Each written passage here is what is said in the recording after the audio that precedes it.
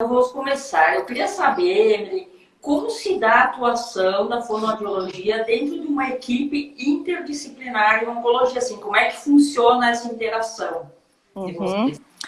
Eu já vou contextualizar isso já aproveitando para responder a Elis, tá? A Elis perguntou se para atuar na área de fono na oncologia é necessário fazer uma residência, uma especialização ou se tem outro caminho. Então, a fono, na oncologia, ela começou há muitos anos atrás, mas de uma forma muito discreta, atuando só com os laringectomizados totais. Então, era aquela terapia visando uma comunicação, né? E hoje, com os avanços das pesquisas e com a demanda expressiva de câncer que a gente tem atualmente, né, que isso só está aumentando, a gente acaba tendo um trabalho global, digamos assim, que trabalha também os aspectos da comunicação, mas vai muito além disso. A gente trabalha a questão da deglutição, trabalha mastigação, voz, fala, e acompanha o indivíduo e a família como um todo. E na equipe interdisciplinar, basicamente, a gente não consegue trabalhar sozinho. Nas outras áreas da fono já é difícil. Quem dirá na oncologia? É um paciente que ele vai ter acompanhamento com a odonto, com a nutrição, com o médico, com a psicologia, com o serviço social, com todos os profissionais, gente. Não tem nessa área como você pensar que você é autossuficiente e você vai conseguir resolver aquele problema pontual dele sozinho. Porque um problema está interligado com outros vários problemas, que se você não tiver uma equipe para trabalhar em conjunto e todos buscarem o mesmo objetivo, você não vai conseguir bons resultados. E todos falando a mesma língua, E né? todos falando a mesma língua, exatamente. Infelizmente, na fono, o que a gente vê é assim, tem pouco. Os centros grandes de oncologia, eles têm fonoaudiólogo. Mas centros menores, eles acabam muitas vezes tendo todos os profissionais, mas não tendo fono. Ou eles têm fono na instituição, mas não tem o fono que trabalha com onco. A gente vê assim, por exemplo, aqui no hospital onde eu trabalho, às vezes os pacientes dão alta, vão para o interior, aí tem fono, mas não tem a fono que atende onco. Na nossa área é mais complicado, porque na oncologia você tem que ter um conhecimento específico. Não adianta. E não é algo que você só vai ler um livro e vai aprender, vai ler um artigo e vai aprender. Então, eu fiz residência em oncologia e eu acho que se eu não tivesse feito, eu não estaria preparada para isso. Então, acho que residência, respondendo a tua pergunta, Elisa, é um bom caminho. É um caminho onde você aprende, além de toda a teoria, aprende na prática. E essa é a diferença da residência para as outras pós-graduações que tem por aí. Mas tem outras pós-graduações em oncologia que também são muito boas. Inclusive tem pós que é multiprofissional e que contempla aí a fonoaudiologia. Então também é uma opção. Na real, eu acho que todas as áreas a pessoa tem que ter o conhecimento de onco. Não tem como um dentista... Não tem como. Não tem como. Uma nutricionista muda muito. Não tem como. Tem que ter um conhecimento a mais. Não é que nem você falou, ler um livro, ler um artigo, é muito diferente. É muito diferente. É porque é um conhecimento muito complexo, né, Fabiola? E que a todo momento, quando a gente acha que está compreendendo a doença, vem algo novo, algo que desconstrói o que a gente já sabia. Então, a todo momento, as coisas estão evoluindo, os tratamentos estão evoluindo, as nossas pesquisas, enquanto profissionais mesmo, nas nossas profissões, também estão evoluindo, buscando uma melhor qualidade de vida para os pacientes, uma reabilitação mais rápida. Então, a gente tem que estar muito conectado para conseguir acompanhar tudo isso, né? Exatamente, sempre. E como se dá a atuação da fono nos níveis, em todos os níveis de atenção, primário, terciário? Como é que é a atuação de vocês? Qual o papel da fonoaudióloga? Olha, nos últimos 5 anos, que foram os anos que eu estive mais em contato assim, com a oncologia, a gente vem tendo um papel bem importante desde a promoção e a prevenção da saúde, participando dessas campanhas, da campanha de prevenção do câncer de um modo geral, campanhas de prevenção do câncer de cabeça e pescoço, que ainda é o nosso carro-chefe, né? Hoje a gente atende todos os tipos de tumor, porque qualquer tumor pode ter um efeito adverso do tratamento, pode ter complicações que venham a demandar de atendimento fonoaudiológico. Mas o nosso carro-chefe é ainda o câncer de cabeça e pescoço. E tem uma campanha muito forte, que é o Julho Verde, que quase todas as instituições que atendem oncologia se engajam, né? E o nosso papel é muito importante nisso também, porque prevenindo, os pacientes chegam para o diagnóstico de uma forma mais precoce, acabam tendo tratamentos melhores e uma melhor reabilitação também. Então, o fonoaudiólogo, ele começa o acompanhamento e começa a atuação lá na frente, lá na prevenção. Assim como vocês, essas campanhas são interdisciplinares, né, Fabiola? Na real, prevenção é tudo, né? Na real, que bater o martelo mais na prevenção. Exatamente. Porque parece algo que... O pescoço é o cabo-chefe nosso. Parece algo que... Ah, mas isso aí todo mundo já sabe, né? Quando a gente fala de prevenção, mas não é. Com o passar do tempo, cada vez vocês vão ver menos campanhas, por exemplo, anti-tabagismo. Tinha uma época que a gente via falar disso muito mais do que hoje, né? O álcool também, né? Álcool, tabaco. Aqui no... Depende, Suzane, várias variáveis aí, tá? Primeiro, se a glossectomia parcial envolveu reconstrução ou não. Se houve reconstrução, qual foi essa reconstrução? Aqui na nossa instituição, na primeira semana, a gente já começa a atuar com paciente glossectomizado total. Claro que, primeiramente, sem oferta de alimento, só trabalhando mobilidade muito, muito leve, deglutição de saliva. E assim que o médico disser, não, agora ele está completamente cicatrizado, vocês podem fazer o treino completo, aí sim a gente insere o treinamento mesmo, com exercícios de mais mobilidade, mais força e com treino direto, né? Com treino com alimento.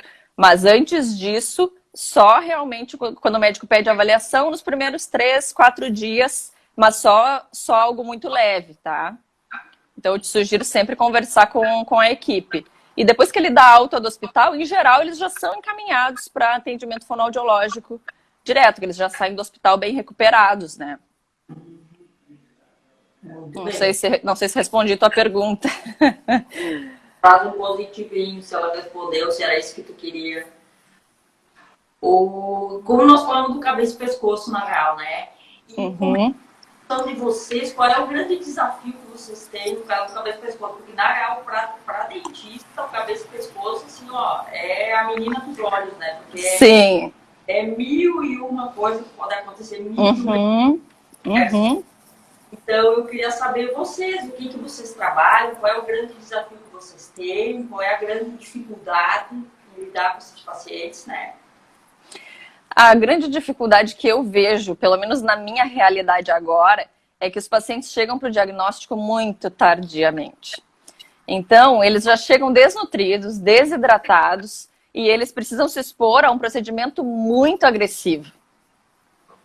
Isso faz com que eles sejam suscetíveis a várias complicações, e isso retarda muito o processo de reabilitação. Então, o paciente, por exemplo, que de repente poderia ser submetido a uma glossectomia parcial, vai para uma total, que a reabilitação é completamente diferente. Então, essa é a dificuldade que eu vejo. Eu gostaria que esses pacientes chegassem para o diagnóstico antes. Acho que nós teríamos um desfecho muito, mas muito melhor. Na real, o dentista seria um dos que deveria contribuir no caso do câncer bucal, né? Sim, sim. No diagnóstico precoce, né? Exatamente. Isso aí bate na tecla. O dentista não tem que avaliar só dente, ele tem que avaliar Exatamente. Qualquer sintoma. Isso ajudaria, com certeza. Porque qual é o indivíduo de risco? Geralmente, fumante, que bebe, e hoje é o HPV. Eu não sei qual é vocês mais lá, se é como a gente diz, o tradicional, paciente de cabeça e pescoço, ou é mais agora, está aparecendo muito do HPV, para vocês saberem. Nos últimos 2 anos começou a aparecer mais paciente com HPV, mas a pesquisa não é feita em todos. Então talvez tivesse mais. Pode ser que tenha mais, que seja subdiagnosticado, né? Mas sim, tivemos alguns. embora o desfecho do tratamento deles, de um modo geral, seja melhor, e são pacientes mais jovens, geralmente. Então, a reabilitação também acaba sendo um pouco melhor.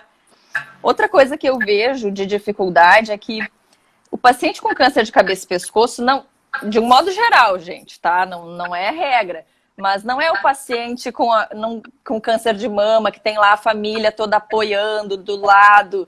É o paciente que é ex-tabagista, muitas vezes ele foi etilista, ele tem histórico de violência com a mulher. Então, o histórico dele não é muito favorável. Então, é um paciente muito sozinho, digamos assim. Não tem muitas pessoas em volta ajudando na reabilitação. E é um cenário complicado. É um cenário complicado porque, pelo menos pra gente, acho que para odonto também, é importante ter alguém do lado auxiliando a pessoa. Porque não é um processo fácil, é um processo difícil de recuperação.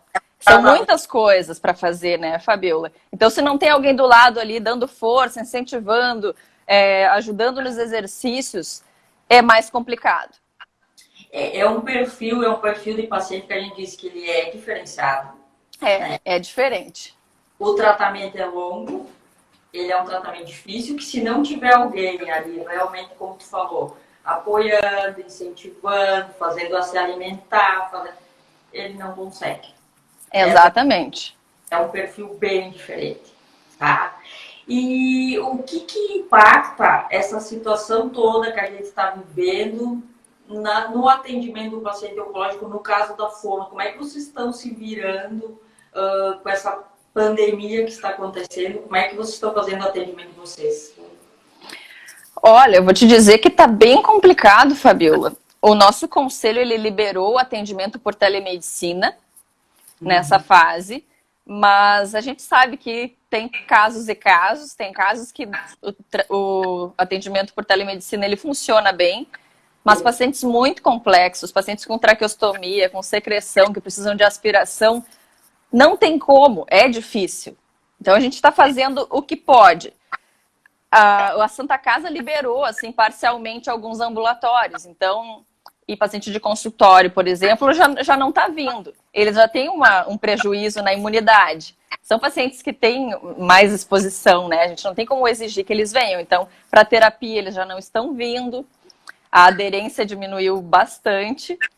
E é isso. Já tem algumas pesquisas também falando da interferência de quem pegou o coronavírus na deglutição e na musculatura, né, estomatognática. Então já está saindo pesquisa nesse sentido para ver qual vai ser o impacto depois dessas pessoas, né? Mas na oncologia mesmo, o que a gente viu mais foi que eles não estão vindo para atendimento. Só aqueles que é estritamente necessário para o tratamento oncológico. No tratamento de reabilitação, acho que a gente vai ter aí um prejuízo de alguns meses, né, nesse atendimento. Na real, esses pacientes a gente não pensa, né? Mas eles ficam semanas entubados, né? Depois. Sim, exatamente. Exatamente. Tem duas perguntas para ti, Emily. Então, vamos lá. Ih, meu Deus! Você acha que a maior demanda da fono seria em qual área? Disfagia, MO ou voz? Isso dentro da oncologia, Elis? Porque se for dentro da oncologia, eu vou te dizer que tudo. Dificilmente um paciente vai chegar para ti com distúrbio de deglutição e não vai ter alteração de motricidade, não vai ter alteração de voz. Porque são funções muito interligadas. Então, como a Fabiola falou antes, é um paciente que tem tudo. Ele não vai chegar para ti e tu vai dizer, eu vou trabalhar só a deglutição. É um monte de coisa para trabalhar. E eu acho que isso é o mais fantástico. Porque você acha que sabe as coisas até chegar um paciente com uma coisa que você nunca viu. E que você não faz ideia do que fazer. Então, se você vai pegar um paciente que tem a língua, tem o lábio, que tem a laringe, é mais fácil do que se vir uma pessoa para você atender que não tem esses órgãos. Entende? Então, eu acho fantástico. Eu sou apaixonada pela oncologia e pelo processo de reabilitação. Eu digo, na oncologia, fica a pessoa e deu, né? A pessoa fica contigo, não adianta. Você fica amiga da família, assim, até convidado para casamento já fui. Nossa, para tudo também. E a outra pergunta, Importantíssima contribuição da fono na equipe interdisciplinar, nos conta como está em relação à cobertura das operadoras. Então, a cobertura das operadoras para paciente internado, ela é boa. A maioria dos convênios cobre o atendimento, com exceção do IP, que não cobre mesmo assim, o atendimento de fono, mas os outros convênios, praticamente todos cobrem. Externo é mais complicado, porque daí, por exemplo, Unimed, tem aqueles que são credenciados do convênio. E nem sempre tem alguém que atende onco na minha área. Então, eu sempre aconselho os pacientes que têm convênio a procurarem sim, afinal eles têm convênio, né? Mas verificarem se aqueles profissionais atendem oncologia, porque infelizmente, não são todos. E muitos que têm convênio acabam optando por pagar particular. Alguns conseguem algum tipo de ressarcimento. Eu já tive também paciente de convênio que o médico fez um relatório dizendo não, ele precisa, e o convênio cobriu. Então, já tive todos os cenários. Paciente internado, cobertura quase 100% dos convênios. Mas é o que eu falo sempre para o paciente que ele chega de cabeça e pescoço, ele diz, precisaria de uma fono, e eu falo com a Cássia também, que ela está aí, está assistindo, ela é físio, e eu digo, fisioterapeuta. Mas não adianta ir em qualquer um. Exatamente. Às vezes vai fazer mais mal do que bem. Não, e a gente vê também, assim, às vezes o que o paciente poderia melhorar em 2, 3 meses, ele vai levar 1 ano. Ou às vezes ele não vai melhorar nem em 1 ano. Exatamente. E ele vai ter que acabar procurando alguém que é especialista. Então, em questão de investimento, acaba não compensando, inclusive, para eles. Eu já falei com o paciente também, ele disse, eu vou numa fono. Aí ele foi, não resolveu nada, não adianta. Não entender do que é um tratamento radioterápico, do que é um tratamento quimioterápico, de qual é quais são os efeitos. Não adianta, tanto imediatos como a longo prazo, não adianta. Então, e eu sou uma pessoa que sempre estimulo na minha área que as pessoas se interessem por oncologia. Todas as palestras que eu dou, as aulas, eu tento estimular as pessoas a ver o lado bom disso. Porque a oncologia assusta as pessoas. Quando eles veem uma foto de um paciente com câncer de cabeça e pescoço, elas já não querem saber, já fecham os olhos. É algo que assusta mesmo as pessoas. E eu sempre tento estimular o lado bom de tudo isso. Não é de todo mal, olha a importância que a gente tem para essas pessoas, né? E seria muito bom se, pelo menos assim, em cada região tivesse uma pessoa que atendesse oncologia. Porque quando os nossos pacientes dão alta daqui, a gente sempre diz, procura uma fono na cidade, dá o nosso contato, a gente sempre está aberto a contribuir, mas as pessoas dificilmente procuram. E quando procuram, é difícil. Ela também não vai ligar para a gente. E a gente fala exatamente. Mas assim, a oncologia ela assusta no primeiro momento, mas depois tu dá tanta qualidade de vida para esses pacientes, tu consegue um resultado tão bom, é tão importante que não tem, tu fica assim, tu ama, não tem como sair. Depois que tu entrar no trabalho oncológico, é um caminho sem volta. Essa que é a verdade. Essa que é a verdade, é um caminho sem volta. E às vezes as pessoas perguntam assim, nossa, mas tu deve perder muito paciente, né? Eles morrem muito. Eles morrem muito. Às vezes a gente sabe que a gente vai atender aquele paciente e ele não vai ter tantos dias a mais. Mas o quanto de vida você pode dar para aqueles dias? E é isso que as pessoas têm que enxergar, sabe? Às vezes é você ir lá, você ouvir, você dizer para a família que você está ali para ajudar de alguma forma, que aquele paciente, de alguma forma, ele vai conseguir expressar o que ele está querendo falar. Gente, imagina, vocês não conseguirem falar o que vocês... Vocês não conseguirem falar o que vocês querem, ou não poderem sentir um gosto de algo que vocês sempre sentiram, que sempre gostaram de comer. Então, acho que a gente tem um papel fundamental para a qualidade de vida desses pacientes, independente de quanto tempo eles vão viver. Exatamente. Agora, eu vou fazer uma pergunta, que eu tenho uma dúvida assim, o paciente, quando ele está com a sonda gástrica, tá? O que você pelo menos ele ingira alguma coisa, porque nós já tivemos um paciente que ele parou até de tomar água, nada. E ele perdeu aquele reflexo de deglutir, ele teve que reaprender a deglutir, o paciente de cabeça e pescoço. Então, o que para esses pacientes, mesmo com a gastro deles, assim? Cortou aqui. Com a sonda... Eu não tô te ouvindo. Não ouviu? Não, eu entendi só que era um paciente com gastro. O que vocês orientam na real? Que ele continue ingerindo alguma coisa via oral? Porque nós tivemos um paciente que parou, não tomou nem água, nada, via oral, e ele desaprendeu, ele teve que reaprender com a fono a deglutir. Eu não sei o que vocês orientam. É que cabeça e pescoço depende o caso, depende qual é a etiologia ali do que ele fez, qual a cirurgia, qual o tratamento. Mas dificilmente, eu vou te dizer, paciente pós-operatório, por exemplo, alguns dias depois a gente já começa a trabalhar a deglutição de saliva, justamente para ele não perder a funcionalidade da musculatura, que a gente sabe que isso é muito importante, para ele aprender a manejar a secreção que fica parada na via aérea, para ele aprender a se proteger um pouco melhor. Né? Então, assim, poucos dias depois da cirurgia, a gente já começa.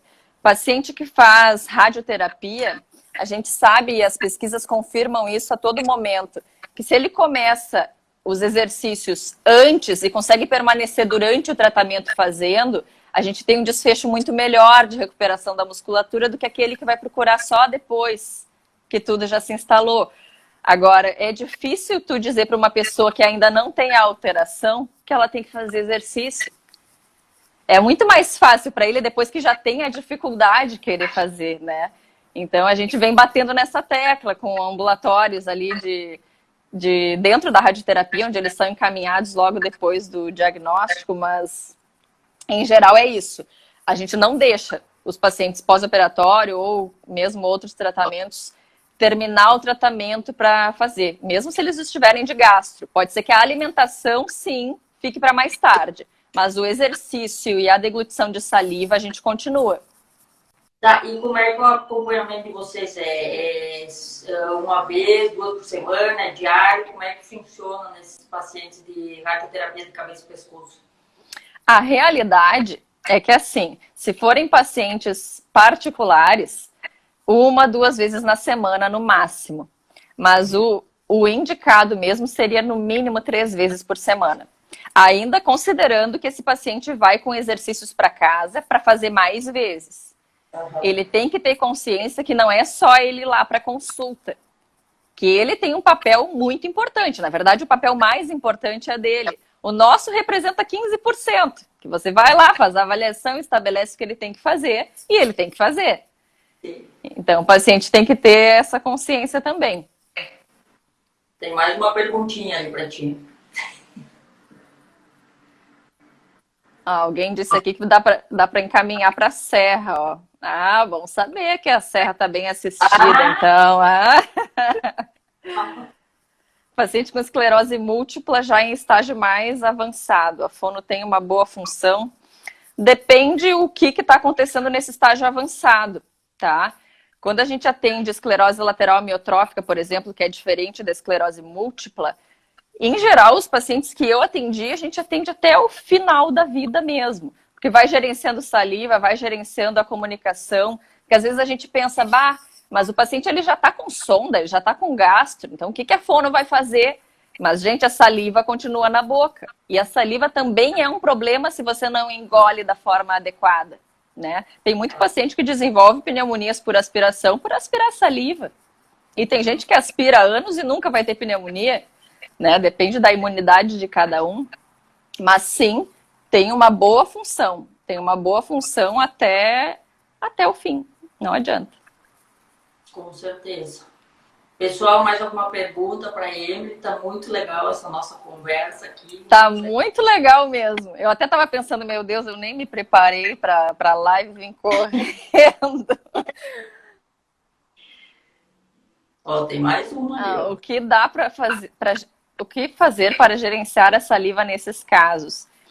Então, o que a gente geralmente faz nos pacientes que podem, pensando na oncologia, tá? É primeiro de tudo exercício.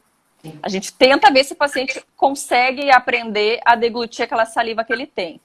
Se a gente vê que ele está conseguindo aprender, se é aquele paciente que a gente pede para fazer um A comprido e tem aquele gargarejo, que parece que a voz está molhada, é um paciente que está com a saliva na via aérea, assim, um pouco acima da via aérea, ou seja, ele não está engolindo muito bem, não está manejando muito bem aquela saliva. Então a gente tenta ensinar isso para ele primeiro. Se não dá muito certo e a gente vê que é um paciente que tem muita saliva, que tem secreção, a gente começa, às vezes, a sugerir para a equipe médica aqueles cheirostômicos. Então, colírio de atropina, aqueles PETs de escopolamina, essas coisas que ajudam a reduzir a saliva. Até que o paciente esteja com uma musculatura boa e uma proteção de via aérea boa, para a gente liberar, então, que ele, daí depois, se a saliva voltar, ele já vai estar apto a engolir, né? E além disso, a gente também, paciente que tem muita saliva na boca, que não está deglutindo bem por algum tempo, ele tem déficit de sensibilidade. Ou seja, ele já nem nota que tem muita saliva na boca, ele não está mais sentindo. Depois de um tempo, o corpo entende aquilo como algo normal.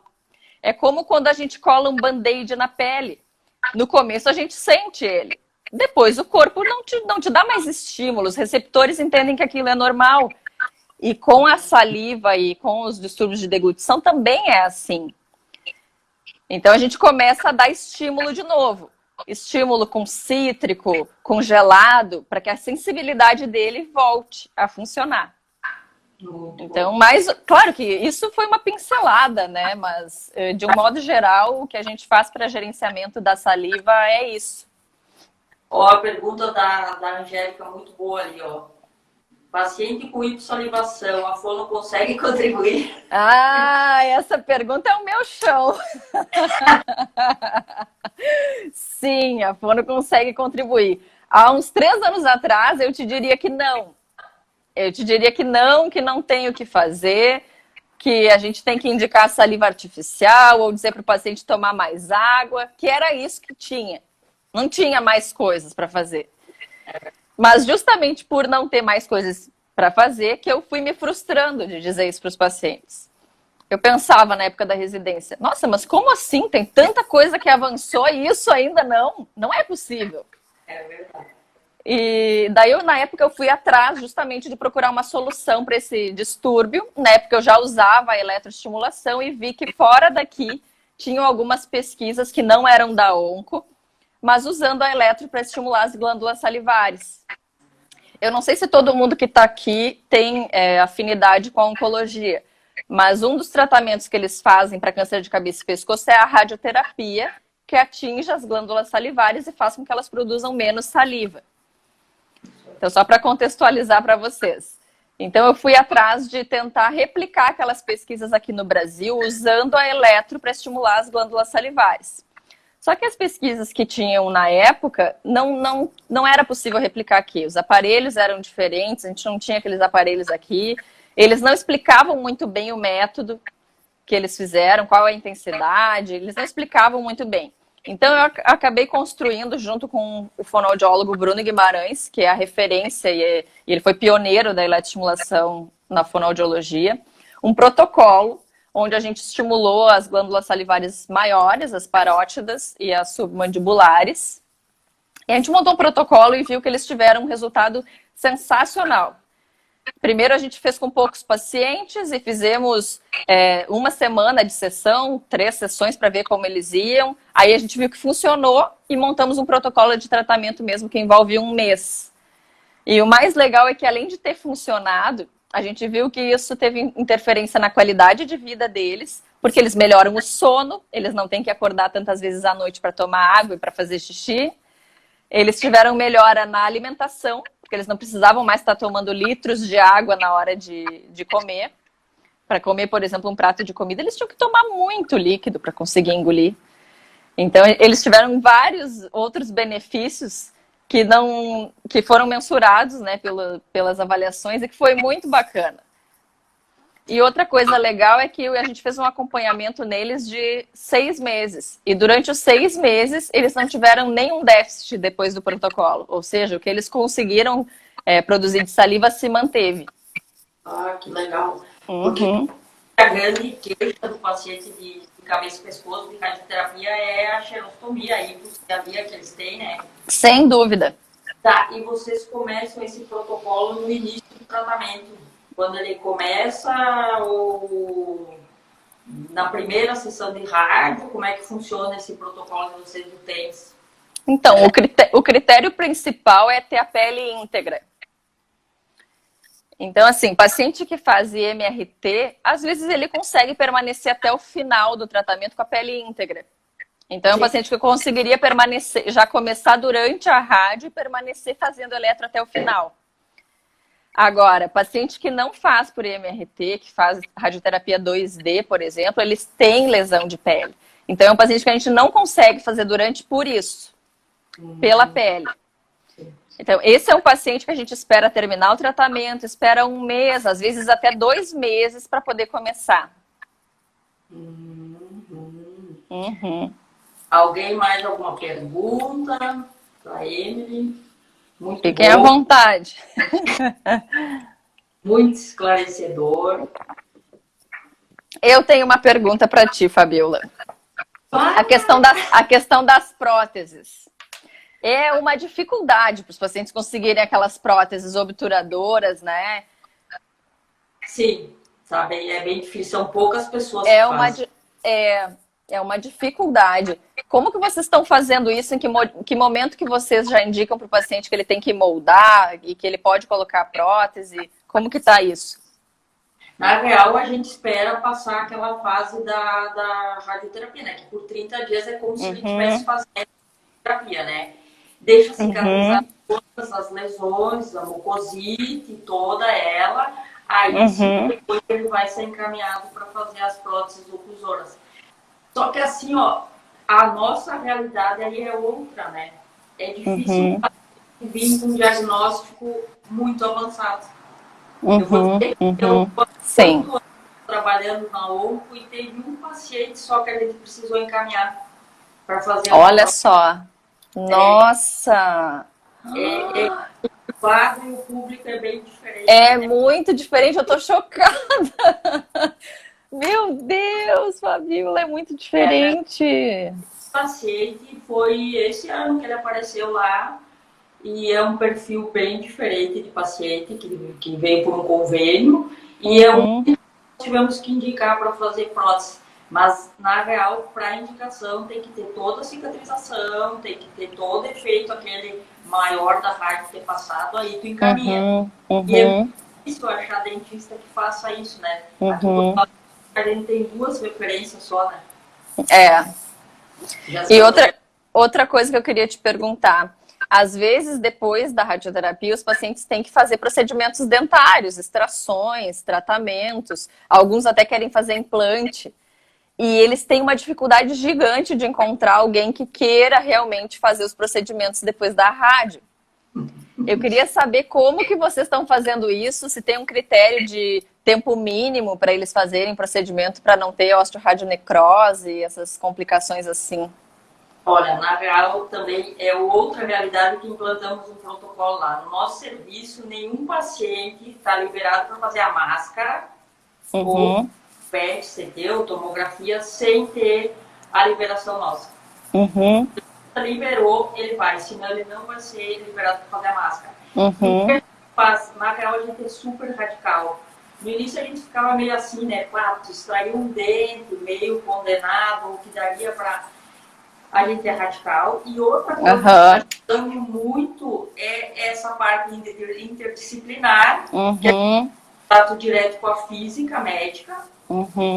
Consegue nos dar qual é a área que foi desenhada para o paciente ser irradiado, quantos grays o paciente vai tomar em cada região, está dando um norte para nós que é assim, ó, se o paciente tiver um tumor de glândula salivar parótida de um lado e MRT, ele, teoricamente, do outro lado, ele não tem radiação. Então, do lado esquerdo, ele vai poder fazer qualquer procedimento dentário. Do lado direito, da dose, não.